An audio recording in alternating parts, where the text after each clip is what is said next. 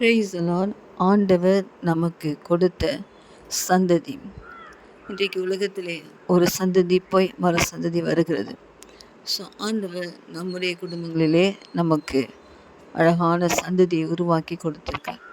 ஆனால் என்ன வாக்கு அந்த சந்ததிகளுக்கு தருகிறார் என்று சொன்னால், ஏசாயா 44 அதிகாரம் 3 உன் சந்ததியின் மேல் என் ஆவியையும் உன் சந்தானத்தின் மேல் என் ஆசீர்வாதத்தையும் ஊற்றுவேன்.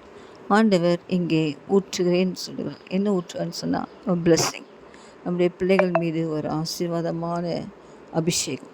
இந்த கடைசி நாட்களில் நம்முடைய பிள்ளைகள் ஆவியினால் நிறைந்தவளாக அபிஷேகம் பெற்றுள்ளாக ஆண்டவர் ஊற்றப்படுவதான இந்த அபிஷேகத்தை பெற்றுக்கொண்டு ஆண்டவருக்காக பிரகாசிக்க பெற்றோர்கள் நம்முடைய பிள்ளைகளுக்காக ஊக்கமாய் ஜெபிக்க வேண்டும்.